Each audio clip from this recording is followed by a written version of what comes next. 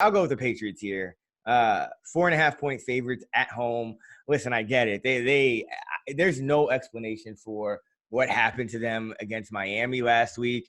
Hope you didn't have them in any survivor pool, that you were saving them all year for this or something like that. But they just completely I can't explain it other than they're human beings, and sometimes motivation just plays into it where you have a top 3 seed locked up, and home field advantage. I'm sure it's important to coaches and some people, but player to player might not always be the priority. So that's or they just stink. But I mean, or that, and that's fair. And so this could be riskier than I think it is, but going with them as 4.5-point favorites.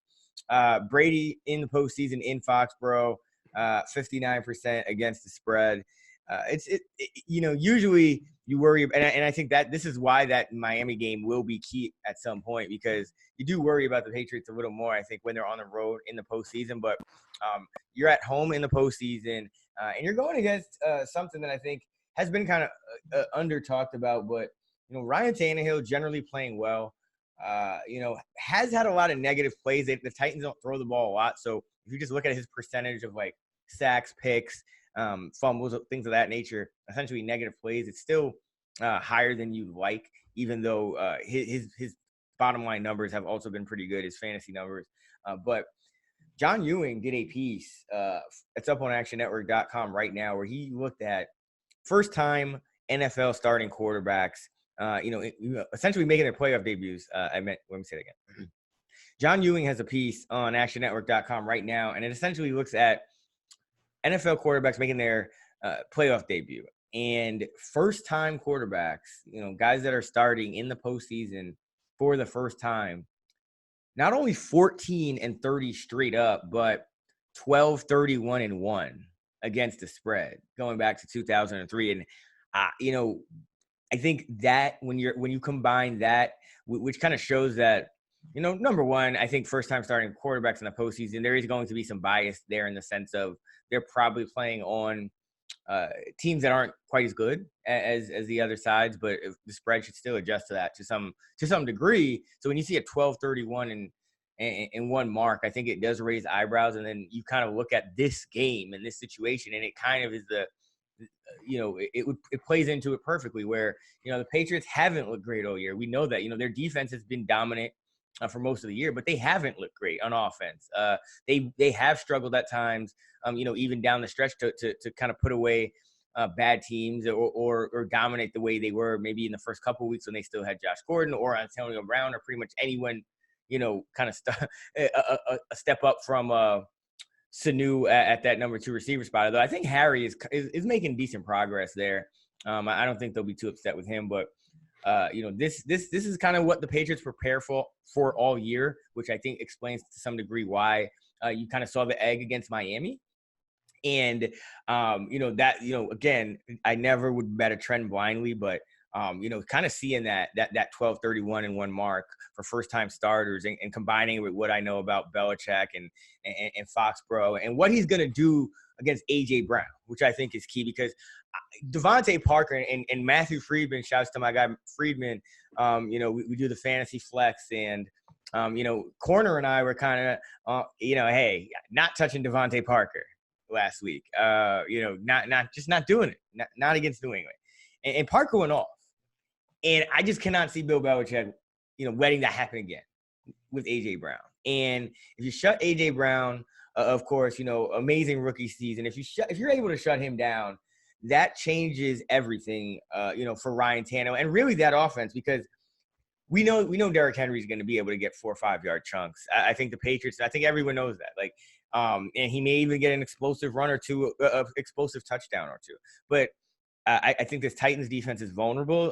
They've been banged up at corner all year. Belichick essentially knows, he would have known they're Butler and wait, hold on, let me say it again. Is Ryan back, or who's out? Ryan's playing. Adoree Jackson's coming back, it looks like. Okay. Let me say it again. So So this Titans defense is vulnerable. You know, you have Malcolm Butler, former Patriot, out. That would have been an interesting rematch. But you do have Logan Ryan. I think that's a guy who, you know, Belichick knows, and this whole Brady knows him well. I'm sure from practicing. Edelman knows him well. I think Edelman, you know, hasn't been quite himself these last couple of weeks. I don't expect really any fall off in a game like this. I think Brady will target him a ton, and I think Harry is coming on strong enough here, and I think. You know, you still have that rushing attack with Sony Michel, Rex Burkhead, James White, kind of a do-it-all here. I just think that you're going to see the inexperience of Tannehill show, and you're going to see the inexperience of just this offense heading into the postseason and this pass game in particular, to where the margin for error is going to be at its slimmest point that it's been all year, because the Patriots they're going to have the advantage on special teams. They're going to have the advantage. I think if it comes to, you know, the defense being able to score some points or get a key play, I think it's going to be their defense. So I think at some point the Titans aren't just going to be able to turn around and hand the ball to Derrick Henry, you know, and that's when they're at their best. You know, when they kind of get down in games, bad things start to happen for them. You know, sometimes it's just bad luck, but that's what happens when you have to throw the ball more and you're a low volume pass team. So I this is kind of a dead zone for the spread here, 4.5. Give me the Patriots. Feeling good about them. Up to, I would say, about 6 in this spot. Yeah, I mean, from a pure numbers perspective, I make it around 6.5, and you have to say, so you're getting value here based on what the Patriots, you know, in normal years, after, you know, if they came out and beat the Dolphins. You know, this line probably is 6, maybe 7 if they beat the Dolphins convincingly. But is the question that I have is there has to be something wrong with this Patriots offense. I mean, you're talking about, and you could say, look, if they were flat or something happened, but they never lose at home to teams in their division, especially teams like the Dolphins at home in week 17 for a bye. And when you look at that game, the Dolphins have a historically bad defense. I mean, for you listening out there, name 2 starters on their defense for last week. You probably can't do it. Their secondary has been depleted. If you look at most advanced metrics, it's the worst defense in the NFL. Pass defense, rush defense. And we're talking about Tom Brady going 5 of 12 for 90 yards in the first half with a pick 6 against that Miami defense. You know, the second half, he went 11 of 17, but for 120 yards. There's nothing downfield. He's inaccurate. I don't know if it's his elbow or if we have to, you know, take him behind the shed and put him down and it's just his age. There's something that's completely off with the offense. And, you know, there's also, you know, they're miss Gronk at the tight end position is not giving him anything. The receivers have been a carousel all year. It's one of the reasons they thought, hey, we need Josh Gordon, we need Antonio Brown. Well, that didn't work out. So now, you know, you have Harry trying to come in here as a rookie. Edelman, who's been banged up, but I do expect Edelman to have a big game. That's if you're like a prop player or fantasy, he's going against Logan Ryan, who, as you said, the Patriots know well. Logan Ryan's been one of the worst slot corners in the NFL this year. I think he's given up the most yards in coverage when in the slot. And, you know, that's the Titans' weakness has been their secondary. And, you know, they've had a lot of injuries. Adoree Jackson coming back this week should help if he's depending on how healthy he is. But it's just been a carousel out there. But I just don't know if the Patriots can take advantage. And the Patriots offense, when it's looked good this year, it's been when they can run the ball. And that's the strength of the Titans defense is their run defense, top 10 DVOA. They have a really good defensive line, especially adding Simmons into the mix. And, you know, it's a defense that gives a lot of looks. It's a defense that runs a ton of different schemes. It's very versatile defense that Dean Pease runs. There's a lot of familiarity with what the Patriots want to do. You know, Vrabel and Pease and, you know, obviously on both sides of this. I just don't know. The weakness of the Titans is their pass defense, their corners specifically. I just don't know if the Patriots are built right now with the way Brady is playing to actually take advantage. That's the main question. The experience differential is huge. Just Tannehill going up for his first playoff start, going to Foxborough, you know, in the rain. This is his first playoff start. Brady has 40 playoff starts in his career. So, you know, I just don't know if the Pats are built to attack this Titans offense on the outside. And Brady's just been so inaccurate. And I think the Titans are going to bring pressure. Pease is going to bring a lot of pressure. They're going to load the box, and they're going to dare Brady to beat him on the outside. And Brady, under pressure this year, 36% completion percentage. That's lowest in the NFL. 36%. Quarterback rating about 50. So, on the other side of the ball, and this is what makes me kind of look to the under. It's going to be raining, and I do think that the Patriots will take away Brown, and their run defense has actually been better than I thought it was going to be. They're going to load the box, and if you do look at the Tennessee offense, Brian Tannehill finished as the number 1 rated quarterback in the NFL this year. No, let me not take anything away from Tannehill, first of all. He played – the fact that I'm even bringing up Ryan Tannehill as a factor in this game against Tom Brady, so, I didn't mean to take anything away from him. I just meant that – No, I agree with you. I'm going to agree with you here. Things can go bad. And I want to get to this. And by the way, since he took over, the only teams that average more points per game, the last 10 weeks were the Saints and Ravens. And since he took over, the Titans had the most explosive offense in the NFL, top 2 in both rushing and passing explosiveness. Obviously you have Derrick Henry, who won the rushing title. What people have to keep in mind, what's going right for this offense is their offensive line. Taylor Lewan, he was suspended for the first 4 games. He settled in. Roger Saffold, they got from the Rams at guard. He settled in. Ben Jones is one of the top-rated centers. And then you have Jack Conklin, who might be out. He was limited today, which is something to keep an eye on. But I do like their backup. But he's, been playing really well as well. I think PFF has him as the 6th best right tackle. The offensive line is playing really well for, in front of Derrick Henry, and he's able to run and break runs. But and also their red zone offense has been ridiculous. They're 75% touchdown percentage. The next highest is the Ravens at 67. But the Patriots are really good defense in the red zone. They always have been under Belichick. So I don't think that necessarily continues here.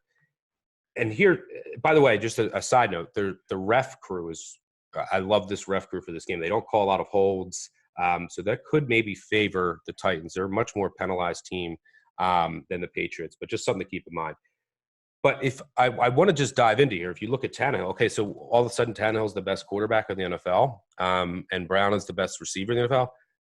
Let's hold off on that because the numbers have been great and they're elite over the last 10 weeks of the year. But let's go through the schedule here.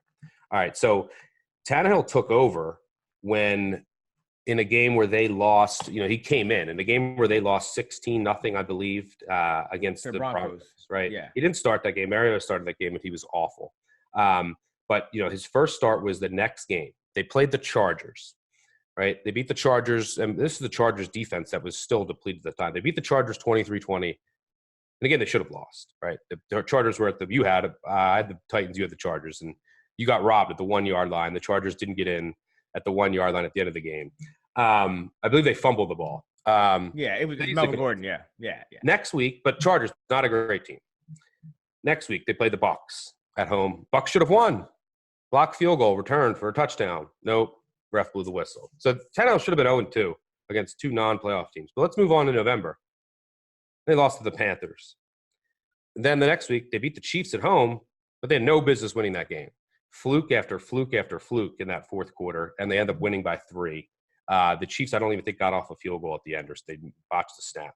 Yep. Next week, they play the corpse of the Jags. In November, they were just a complete corpse. Next week, the Colts, then the Raiders. Then they lost to the Texans at home. Then they played the Saints, and, they rested Henry. They gave up 38 points to the Saints, lost 38-28. And then they rolled the Texans, who rested all their starters. So which of those games are really impressive? I mean, the Chiefs win, but if you watch that game, you know that win was as fluky of an NFL win as it was fluky from the cover 6 in that game. So, and that was back in November. And in that game, just take a look at the box score. The Chiefs ended that game with 530 yards. The Titans had 370. So, I mean, this run that Tannehill's been on has been awesome, but look at the opponents that he's done it against. They haven't been great. So I think that the offense of the Titans is getting a little a little too much love here in the market. So that's what makes me look at the under here, as I think it'll be a lower scoring game. I don't trust the Pats offense. It shows me every week. And the Titans offense probably isn't as good. And you're going to get the best scheme game possible from the Patriots here to take away Brown and stack the box to take away Henry. I think the one thing about the Pats offense, and this is why I go back to, I think just emotions and motivations kind of played into it, or lack thereof, in this spot, is because you go back to the week before. The Patriots are at home. They're playing the Buffalo Bills. It's for the division, so it's kind of in terms of importance, I think they would have weighted that game more. And that was week 16, going against a Buffalo top 6 defense in the Bills. And Tom Brady goes 26 of 33 for 271 yards. The Patriots put up 430 plus yards of total offense, and and they get the win, and they're fine, and they're largely fine, and that's even with Edelman, not necessarily at his healthiest. And I just think that every time we try to sit here and make sense of what's going on with the Pats, and there are definitely some flaws here, but that was a week before. And, Brady incomplete 7 balls against one of the better pass defenses in the league, no turnovers, and they're able to run the ball, which you usually can do against the Bills. But, that's kind of what I'm expecting. I don't expect many mistakes. I don't expect these kind of ugly games in the postseason when it matters from Tom Brady and this offense. But you tell me your eye test. There's something wrong with the Patriots right now. I mean, no, they have an old quarterback and one good receiver. Like, it's no secret, and their offensive line isn't great. Offensive line isn't as good as years past. So I think they'll probably find a way to win this game. Although it wouldn't shock me if they don't. But once they win this game, there are funerals in Kansas City next week. I mean, that's also been a familiar, thought. Man, who knows? Like, who knows? Like, I never count the Patriots out. I've made the mistake of doing it before, but I wouldn't be surprised if they also roll the Titans in this game. Like, I don't see Tannehill having success without AJ Brown at the forefront, and I don't think that he's going to have success against Gilmore. So that's essentially what this bet is boiling down to for me. But yeah, I think the under for those same reasons makes a lot of sense.